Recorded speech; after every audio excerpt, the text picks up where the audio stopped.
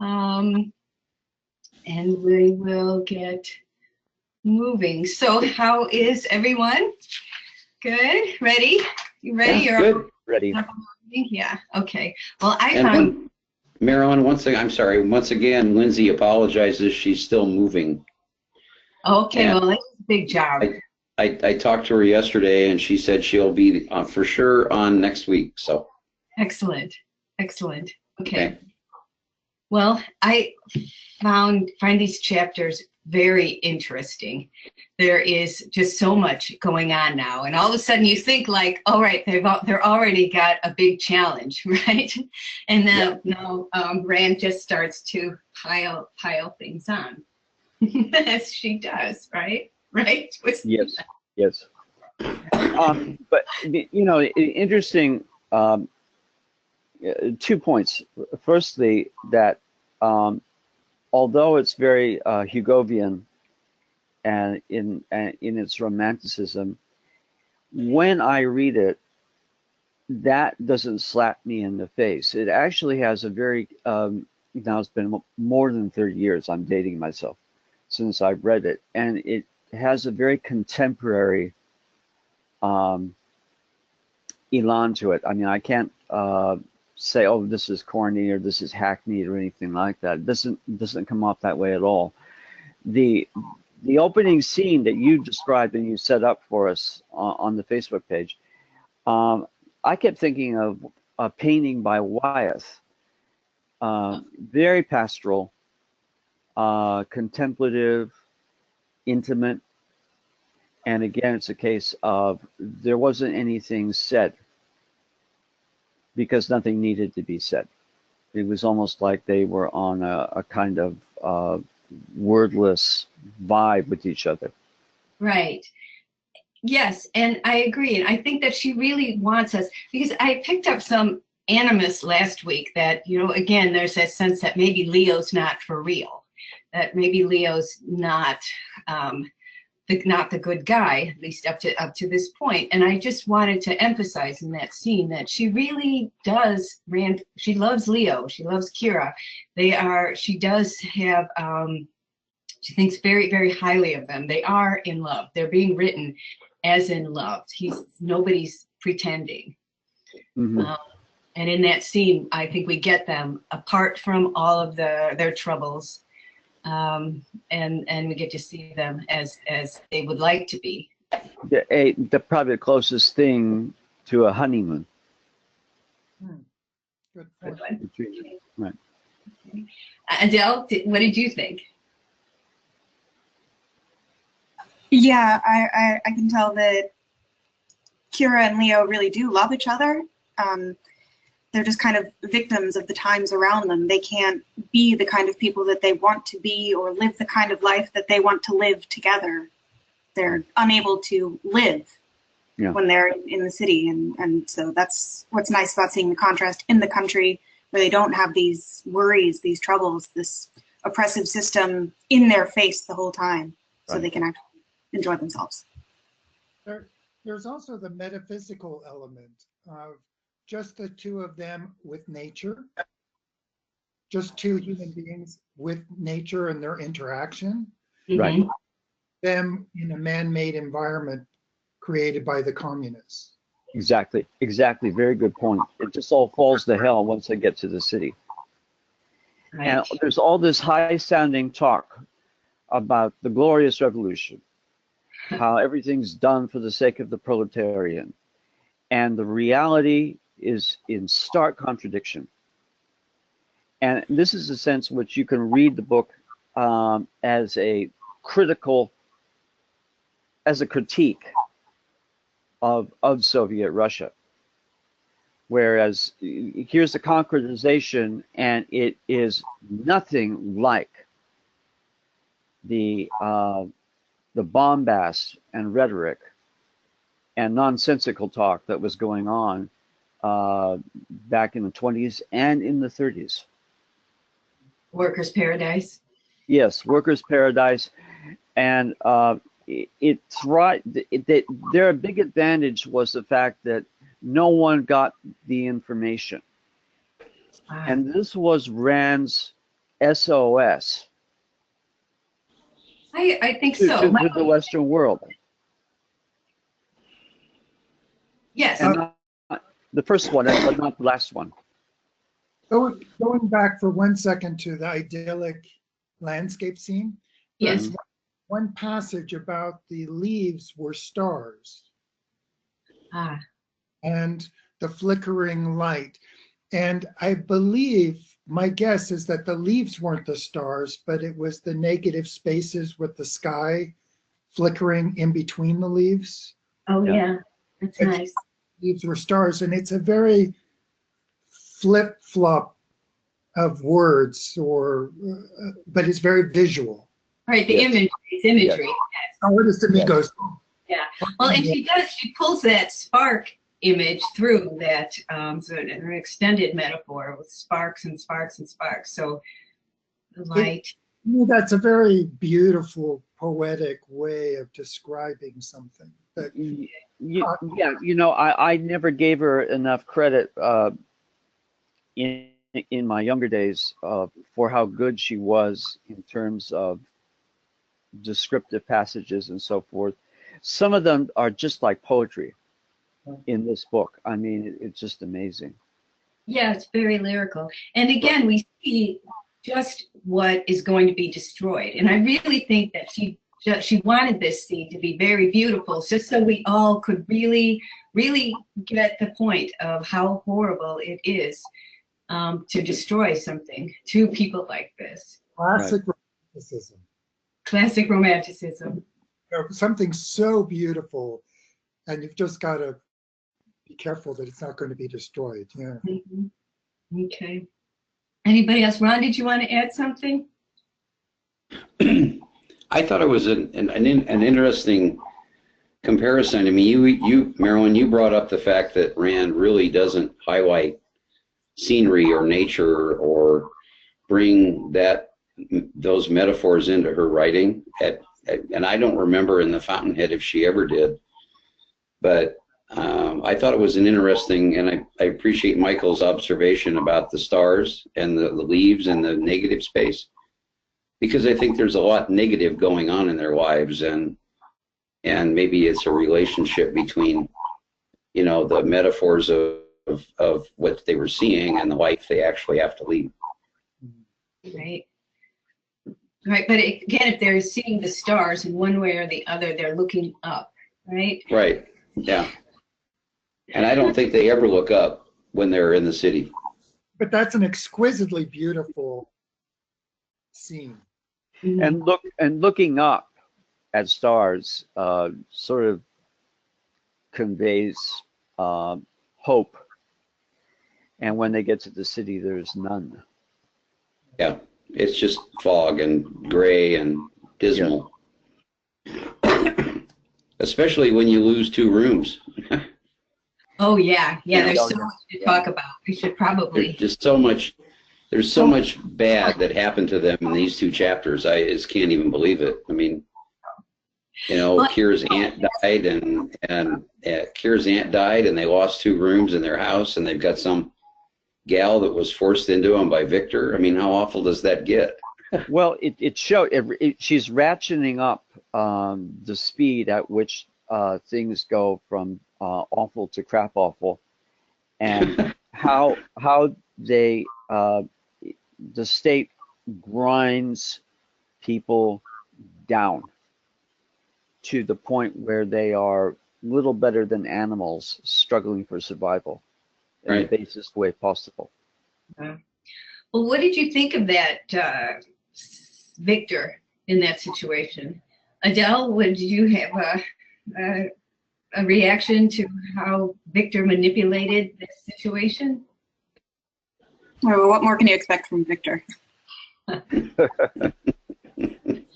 it's awful, though, isn't it? First of all, he comes by and visits, but he's, you know, because Kira refused him, he basically has just written her off. She's no longer even human to him, right? And then he does see her, and then they find out there's all this place here, and then under the pretense of this act, some kind of, I forget what it's called, but he says, well, they're going to put this other young woman in there under the pretense of doing good, right? Of the state wanting to redistribute, but it's clearly Victor wanting to get laid, and now he. Yeah. Reminds me of the old joke, are you now or have you ever been a member of the Communist Party? Answer, only to meet girls.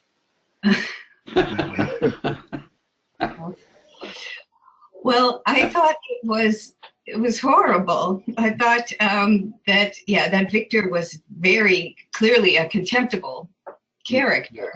Yeah. But I wanted to bring this up too, because again, to go back to that sort of Leo animus that we have, is would Leo have done something like this? No. I don't think so. No. It's like the beer commercial. His eye contact is the first date for him, and he would not have wasted any time on her. Or if he wanted to, he just would have done it straight out. Right. Yeah, Victor is a real a real jerk, and it didn't surprise me that this happened, and he reminds me an awful lot. He's very close in character to Pavel, and and they're both, I think, kind of competing with each other, which is who is the bigger jerk. Jerk. Yeah. Leo would not have done that. No, he wouldn't. Yeah, and Andre would have just glanced over her and just not just completely ignored her. So I'm predating this by a couple of decades are the operas of Puccini.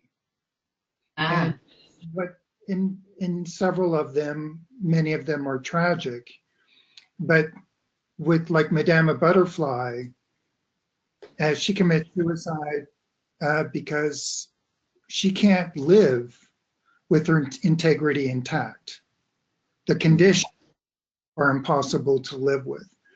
And so interesting streak of romanticism that was prevalent, the type of writing, the turn of the century. I'm thinking of Tosca also. Tosca as well.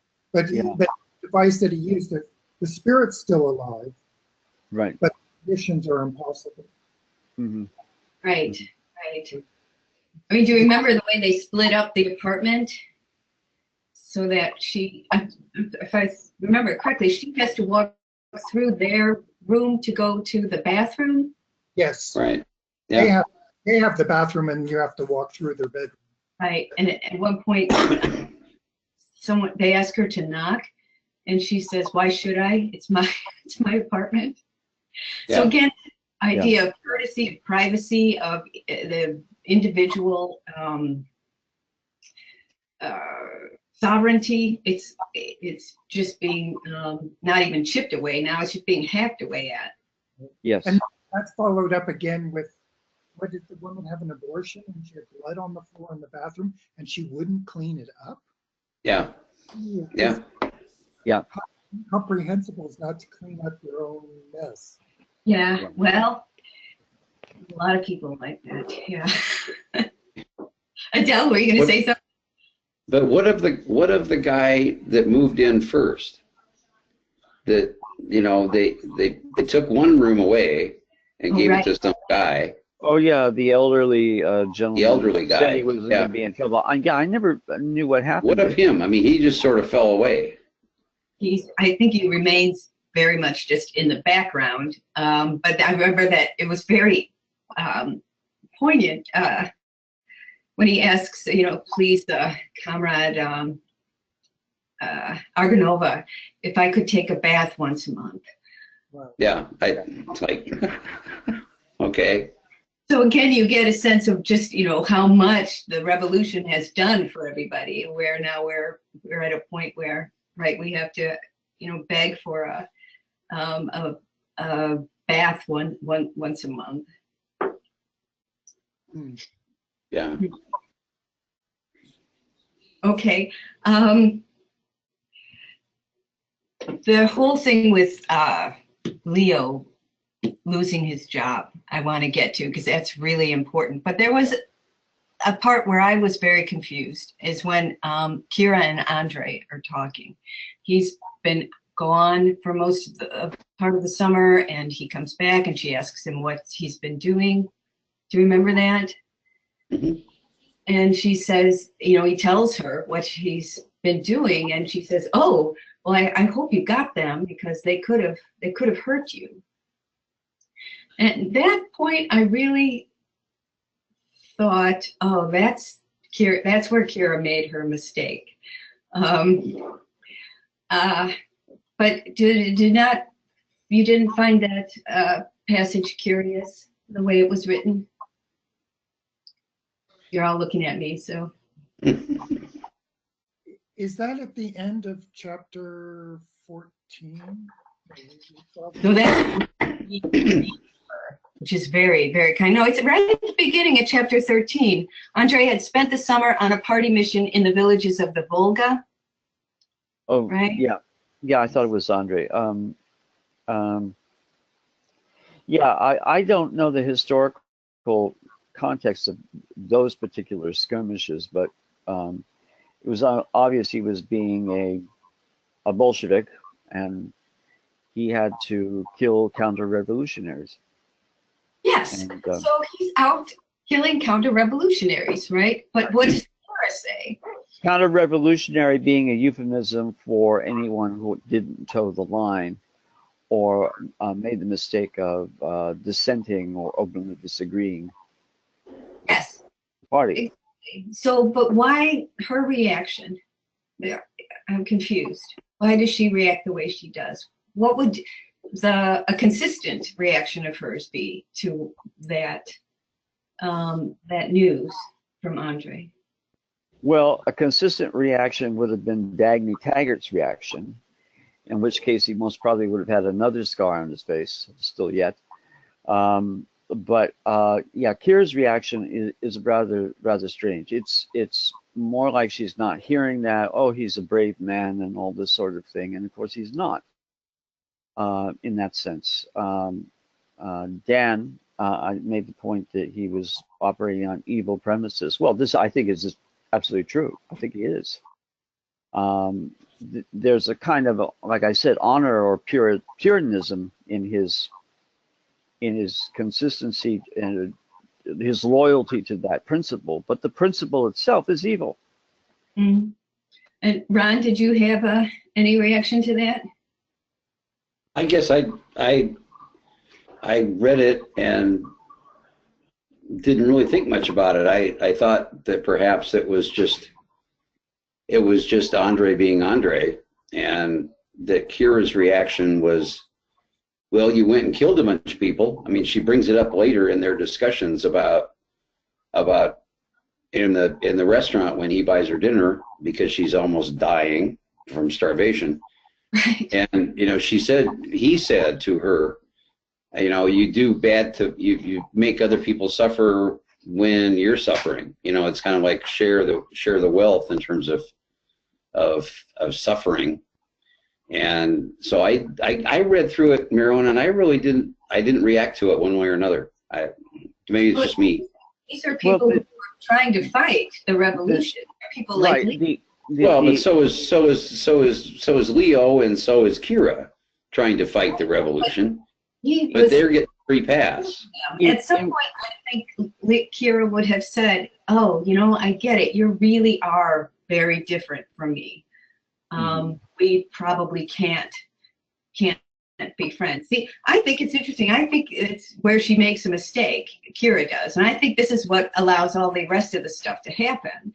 That she gets involved with Andre the way she does, because here would have been a perfect spot for her to just cut off the relationship and say, you know what? She responds almost as though she were talking to a dashing pirate like Errol Flynn. And, but he's he's a communist, and he kills people. you know, Yes. but not her, but you know. Right, right.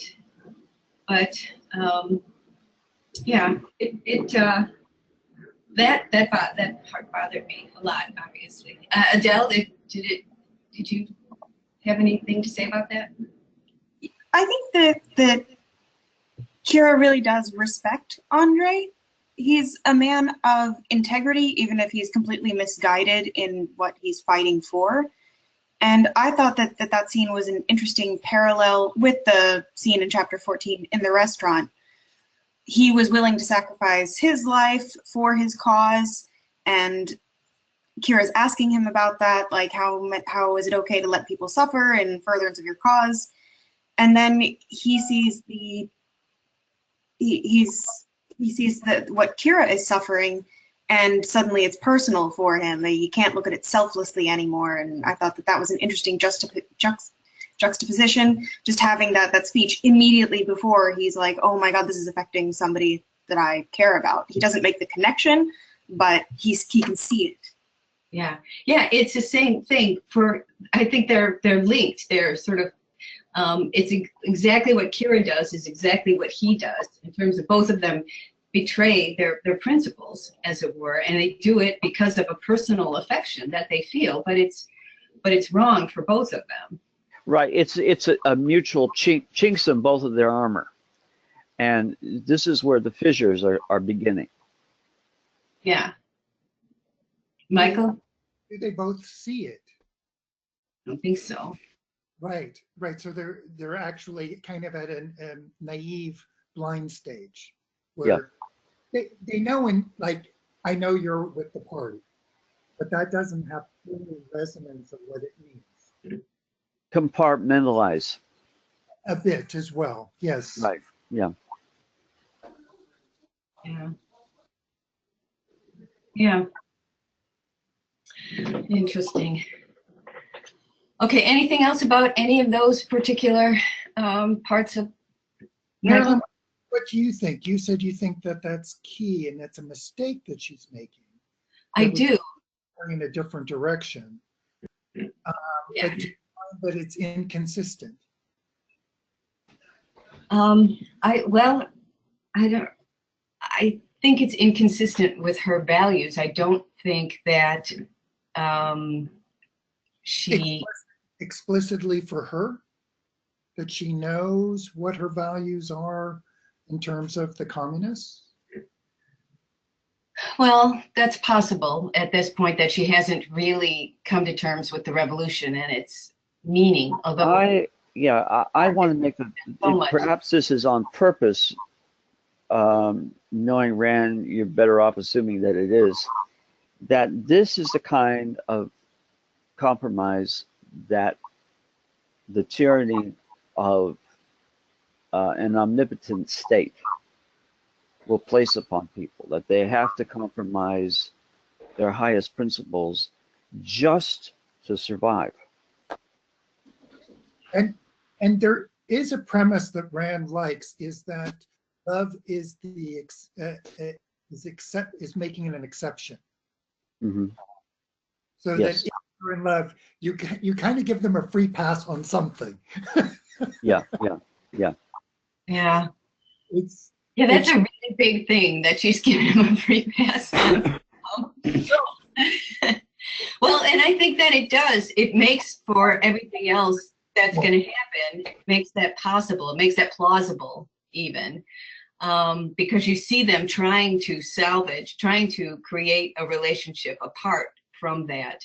But it's so much involved with it. I mean, what is Andre? Who is Andre without the party at this point?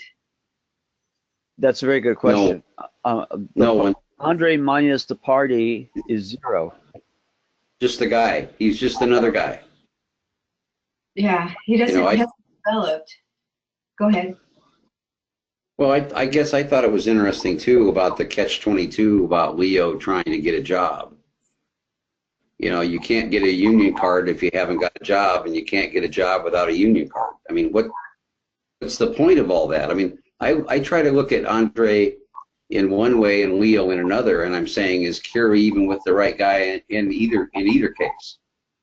Because, you know, Leo loves her, but, you know, he has the same sort of values that she does in terms of her independence and fighting the party. But Andre is the party, and yet there's this huge attraction to him by Kira. So is she chasing the wrong guy in both cases?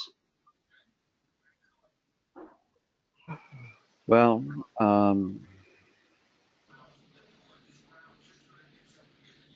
I can't really answer that question. That's a good question. I think there's a certain appeal to Leo, obviously. They seem to be on a almost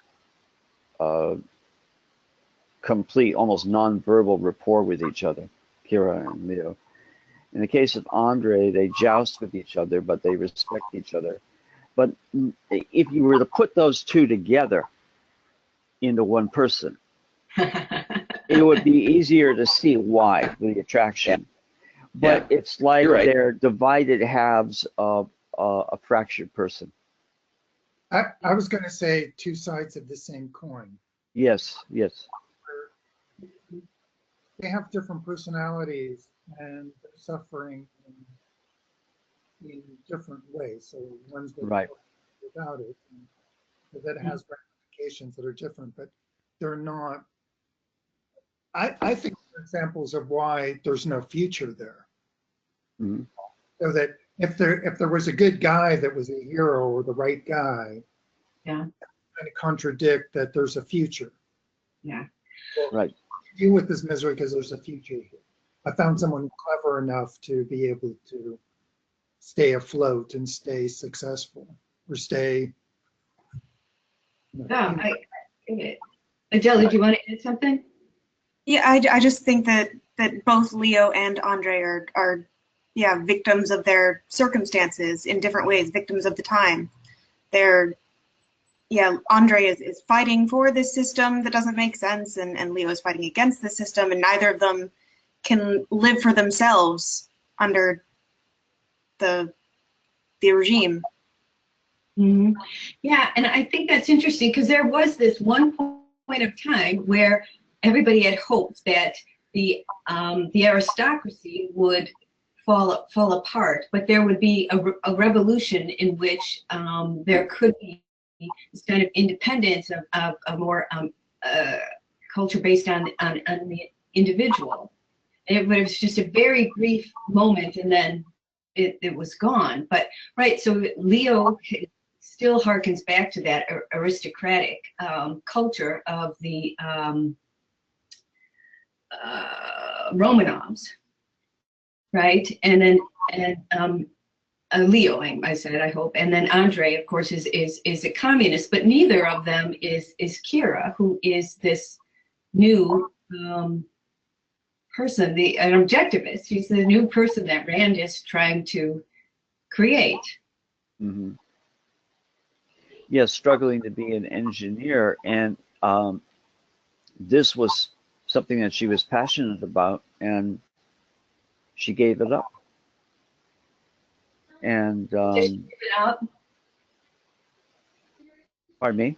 Does she give it up? It seems that way this far into it, anyway. I mean, she hasn't been going to classes or irregularly to classes at the institute, and there's not two words about it except from other people.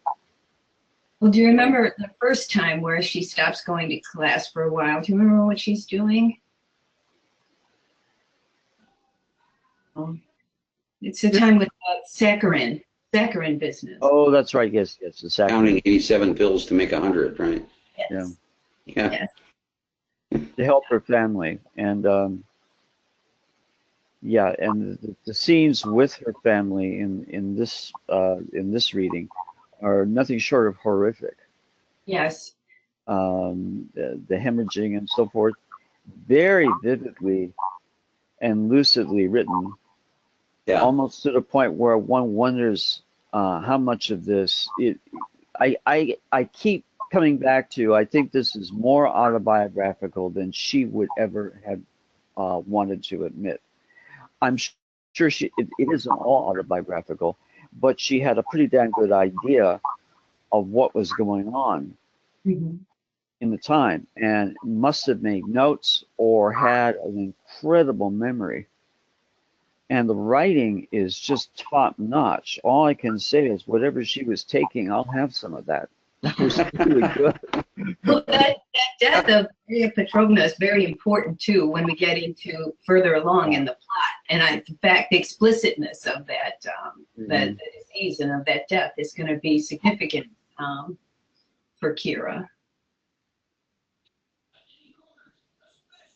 Yeah, I thought that scene was just terrifying. I mean, you know, and for Kira to have to watch that and deal with it, and it was interesting to me that there was no mention of it after it occurred. I mean, there was no follow-up discussion from Rand about the death of her aunt, and it just seemed odd to me that wouldn't you at least let the reader know what really occurred, because did her aunt, in a screaming fit, "I want to live," did she not live?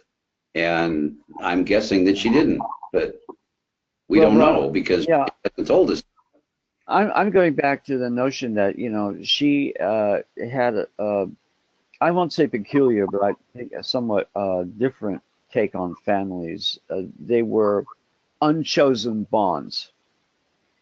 And in this book, before this scene, there was there's a sort of a sense that they're like mini despotisms, and family relationships, bad family relationships, can be like mini collective estates. And there's a kind of parallel between Kira, we need you, can you do this for us, do that, and do that, and at a higher level, having the Comintern tell her that she has to report somewhere and do this and do that. I agree with you. It is odd. I mean, She's living there. Yeah. She's living there, and she does. It's for people that she knows and cares about. It's not impersonal, where you have to give up your apartment for somebody you don't know, and Right. And for reasons that you don't understand.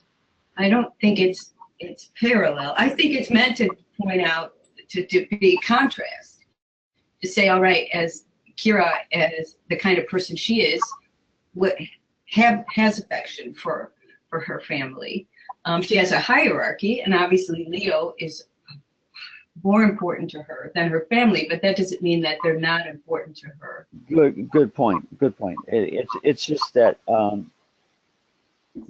it just seems to be somewhat different in the sense that there's a sense that she didn't choose this, and she's doing what she does for them because she does value them.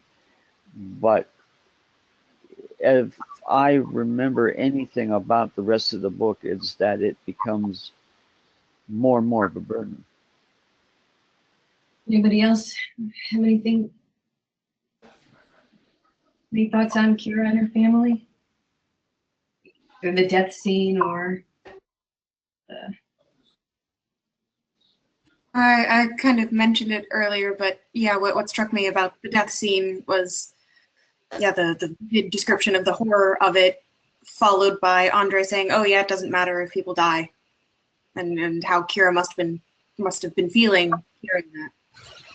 Which is a stunning remark. I mean, because that's just like incredibly callous. Who cares, you know? And it's like an abstraction. It's not real to him. He's just basically mouthing a party slogan. right. So human life is not that terribly important to him.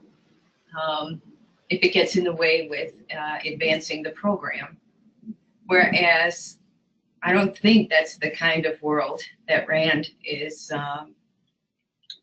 wanting to set up, where human life has no value.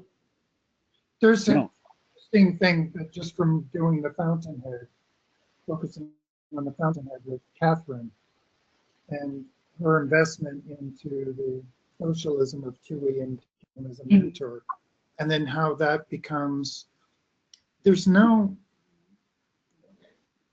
it's staring at their self-respect, so there's no personal dignity.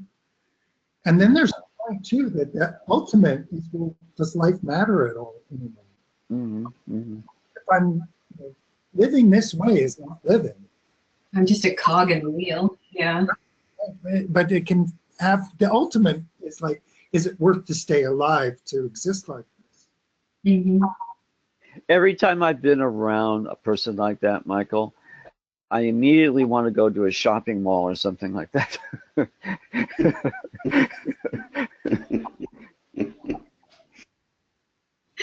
Well, yes. Okay, well, it's a terrible scene, and I'm glad you brought it up. I didn't, but and I do think it's very important down the road. You'll need to recall that scene again when there's news down the road. So it'll be very significant for Kira. Let's get to Leo and the being unemployed. Which I found extremely interesting, in terms of how it happens, and then in terms of how the response that he gets once he's out in the world. But there's an interesting psychological thing. They both don't. Kira and him neither want to discuss or share or mention or acknowledge what kind of things they're having to do to survive. It's like, that is just not, it's an unmentionable. Yes. So it's something we want to share. It's not something that our lives are built on. I mean, literally it is built on, and they do have to spend 6, 7, 10 hours a day doing relatively nothing to kind of survive, like stand in line or menial chores. Yeah. But they don't want to acknowledge it at all as important in their life. Yeah, I think that's really fascinating. Well, I think the reason that Leo lost his job was because he refused to teach at night for free without being paid, and obviously they set him up and they got him fired. And because he wasn't not performing his job, he was doing his job, but because he failed to be willing to give of his time to help others with no compensation, got him fired. Yes, yes. What do they say? I must call your attention to the fact that your social past, about a man of your social past on our payroll. How unfortunate that is. Oh, and did it ever occur to you to consider what we think of men who merely work for their pay, take no part in social activity in their spare time? Right. So I think they blacklisted him in terms of getting a job. Absolutely. Well, he was Admiral They made it Kovalensky's impossible son. for him to get a job. But they may not have blacklisted him. That may be their standard with themselves. That if you're in the Communist Party, you have to devote everything to the party, including volunteering your time. And that's a way. I love And that word volunteering. What? I love that word volunteering. Yes. So I Donating. think that's one of the signals you see. Oh, they're not one of us, because they want to do their work and do their time and then have something left over for themselves. And you can't have any left over for yourself if you're part of the party, unless you're in power. Then you can do whatever you want. Yeah, everyone is suspected of material self-interest, and so and by the way, this is really the case. I was at the University of Washington, and I was sitting in the coffee shop, at one of the many coffee shops they have on campus, and there was a radical communist group with pamphlets and everything. And there was one guy sitting behind the booth who was berating a younger kid for not giving enough time to the party. And it was like something out of a movie. Yeah. You know, it was crazy. And then, interestingly enough, this is when I was an undergraduate. They had a huge rally in the appropriately named Red Square, because it's all red brick, and they call it Red Square. Okay, interesting irony. To repeal money. Okay, so fast forward, yeah, absolutely nuts. Now, fast forward 10 to 15 years, and I'm back on campus getting credits for linguistics to apply to a master's program at another university. And lo and behold, wonder of wonders, the same rally is offered again, and it's the same guy. You know, I just thought, yeah, no, I can't be 15 years later. Yeah, 15 years later, and I just thought, this is ridiculous. I'm never coming back here again. I wonder what he's been. I wonder what he's been doing for those 15 years. I don't know. Trading shells. And I surprised what Leo did, Adele. Surprised that he wouldn't volunteer his time. Yes. No, that's not Leo. Yeah. I liked his comment about I haven't been buying presents for anybody I do know. Why would I give a gift to somebody I don't know? And yeah. Yes, or I don't suppose you might not know this, but I have a life of my own, right? And he says to them, it's not going to mean anything. Flipping just aside on the ideology, this is kind of irrelevant to the discussion. Well, Yeah. I've been researching Twitter, and I've been researching the etiquette for Twitter. And so you know, etiquette for Twitter, you go online, they give you a list. And it's interesting is that actually their artists don't do that well, like studio artists and stuff. But one of the suggestions on Twitter is that the ratio of discussing yourself versus discussing outside other people, like bringing attention to other people, is they suggest 20-1. You discuss other values that you see, not your own. Not your own. So you share maybe one, like if you're an artist, you share maybe one painting out of 20 posts, and the other 20 posts are about other artists. And I'm just saying, well, that's the reality of it. Do I want to spend my time that way or not? Twitter is not known for etiquette. Yeah. Type socialism etiquette. Yes. That's very interesting. So if you're not willing about Facebook too, like, well, why are all your posts only about you? As if and not something important. But if you do think your own life is important, then why not post about it whenever you want? And yeah, you're right. It's a different ethos there. That is interesting. Both of those, and with the same communist guy doing the same thing on campus for 20 years. Say that again. I said, and also the same communist guy doing the same thing on campus for 20 years. He's probably still there. Probably still there. Yeah.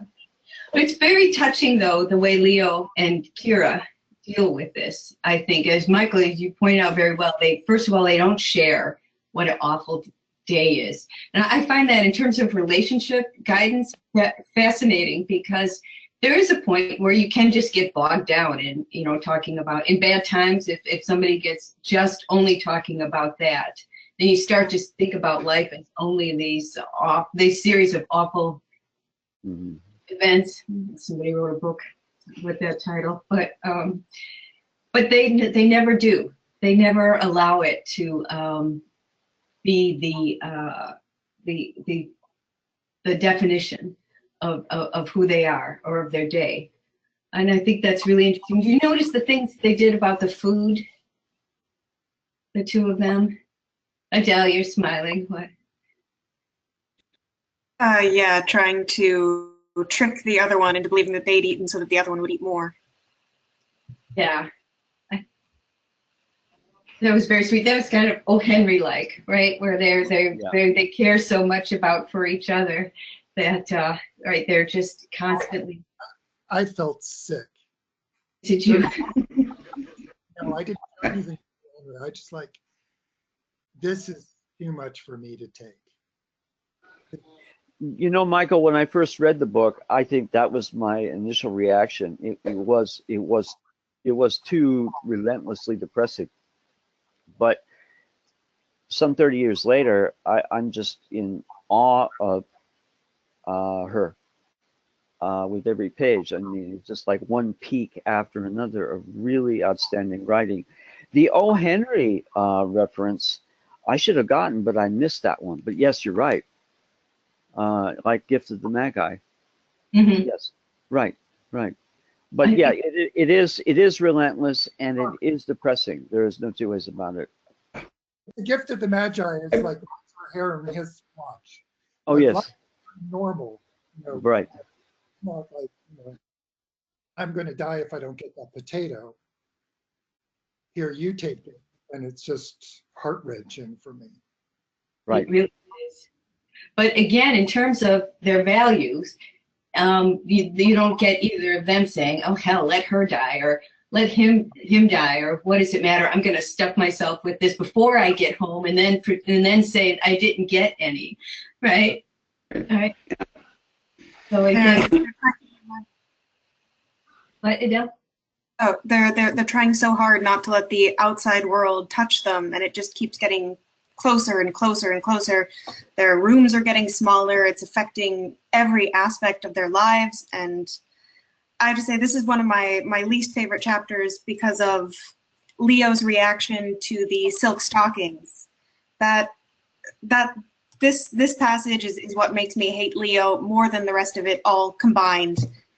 Just knowing all this trouble she went through to try to make things special and beautiful and normal, just life for one evening, and he just brushes it off because it's too much for him.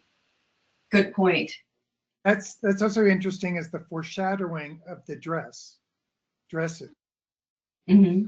Dresses play an instrumental, they come at catalytic moments. So there's something centered around a dress and a dress and a dress. Yes. Shadows the end of the novel, which I remember very. Yeah, don't in this case, Michael, it was the same dress turned inside out, which I thought was interesting, that, you know, that she had very little sewing skills, but was able to take a dress and turn it inside out and make it a new dress, or in her mind, a new dress. And I agree with Adele. I mean, it's unfortunate that Leo just didn't even bother to notice. Right.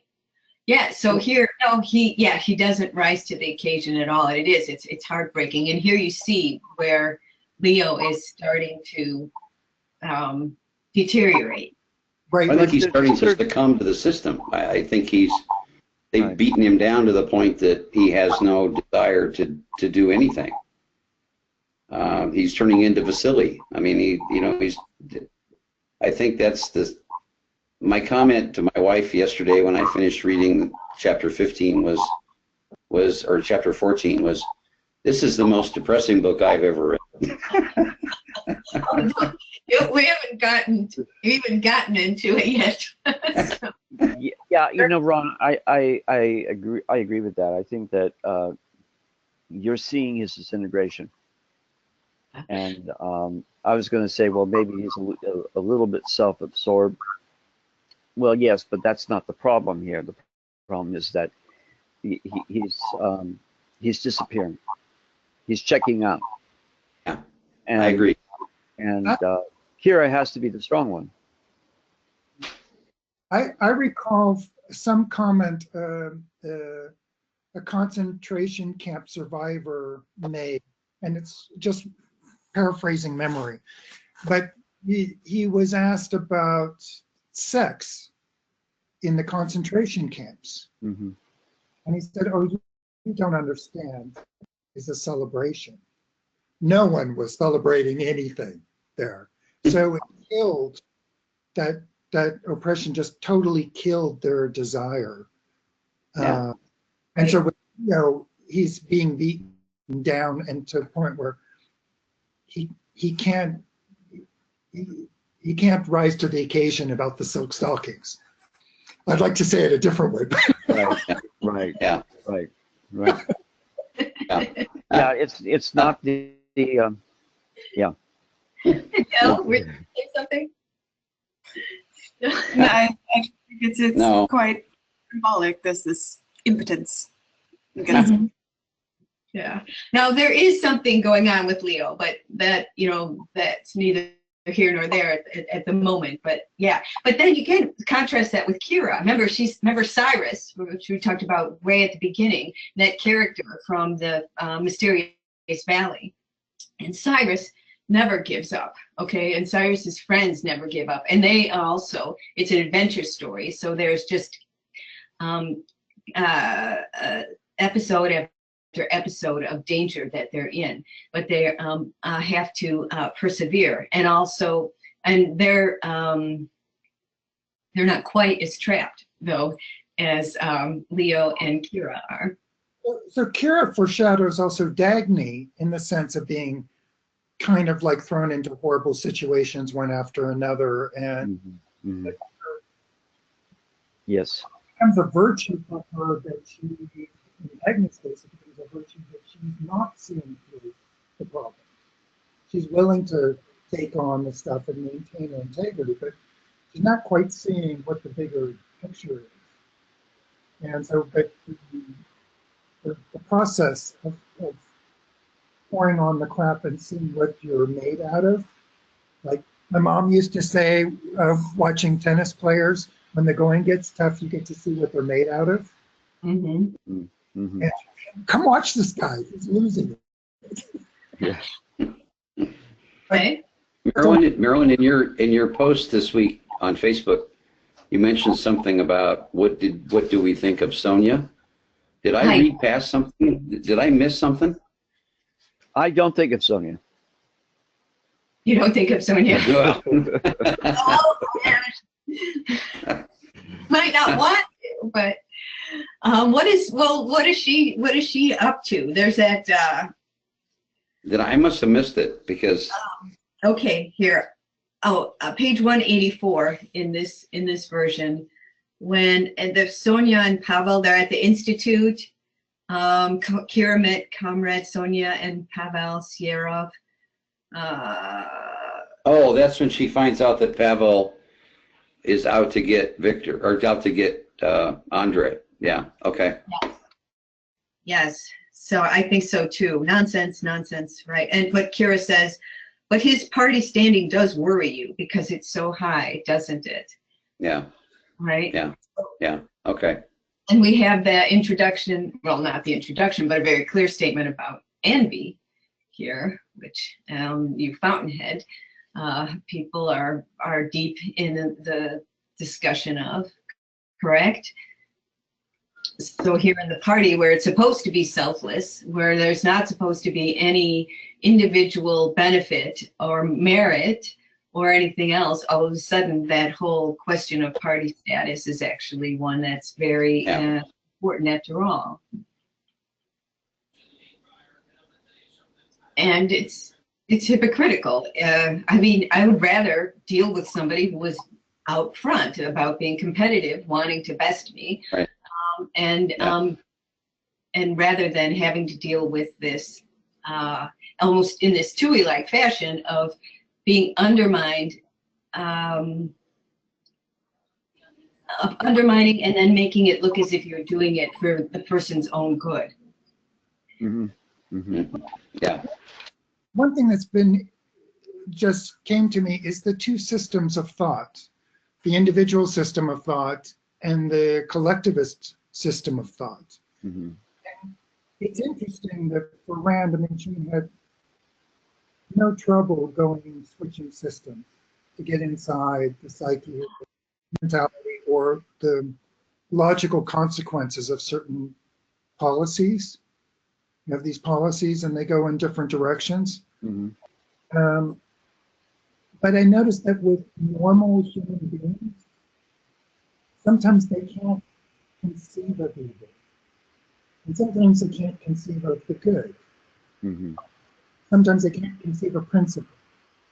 Yeah. I noticed that as Rand, as a writer, has no trouble going in and out of these different states of being. Yeah. That's a very good point. Yeah, she's very good at this. There's a kind of a critical function that literature of this kind can have, and I think, like I said, one way that you can read her books is as strong criticisms of prevalent social, moral, political theories. This would be obviously communism, but more broadly collectivism. And that theme continues to Anthem and goes into overdrive in Fountainhead and Atlas Shrugged. So there's a case where you can induce by looking at concrete characters and saying, okay, these are similar and this is what the attributes that they have in common, and this is what makes them virtuous, or this is what makes them evil. But you can also read it from a top-down approach and saying, okay, this is the prevalent theory, the Weltanschauung, the zeitgeist, and this is what's wrong with it. Because it all comes down to individual cases and people trying to be like this, and it fails. And it destroys lives. Yeah, it's very destructive. Very destructive. That also here, as well as in the Fountainhead, Rand is not setting up straw men. Mm. These aren't. No, not at all. These aren't like. Not at all. I think one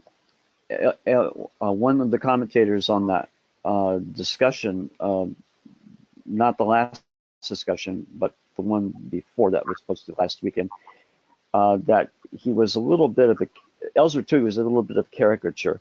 I tend to agree with that, but I don't think it's the case that he's not dependent. I think he's very dependent. He has, the sanction of the victim. And I think that's true. This, the sanction of the victim is what an evil individual depends on. And so in that sense, he is dependent. We have just like a minute left. Sorry about that. No, that's all right. No, this was a great discussion. I'm really, I'm always sorry when this is over. But do you want to make it, Marilyn, do you want to make comments about the way that Andre bailed out Kira at the end of the chapter 14? Oh, yes. I would love to hear some comments. I have mine. That's just, nearly cried. I mean, because she's so hungry, first of all. And the fact that he's paying so close attention to her that he notices when she takes the small bite, just how desperate she is. And that's when he, but for her to have to be in that situation is terrible. And then for him to see her but then to do this, and the fact that he can do it, again, it just underscores the way, Kira, who's somebody who's completely capable of taking care of herself, but she's living in a world in which she can't. So that now she has to be at his whim. almost in this situation. Almost, yeah, almost. So anyway, it was good to see you all. So chapters 15 and 16 next week. Okay? Okay, thank All you. right. Thank you, everyone. Good to see you all. 15, 16. Okay, Okay. bye. Bye. Bye, George. Bye.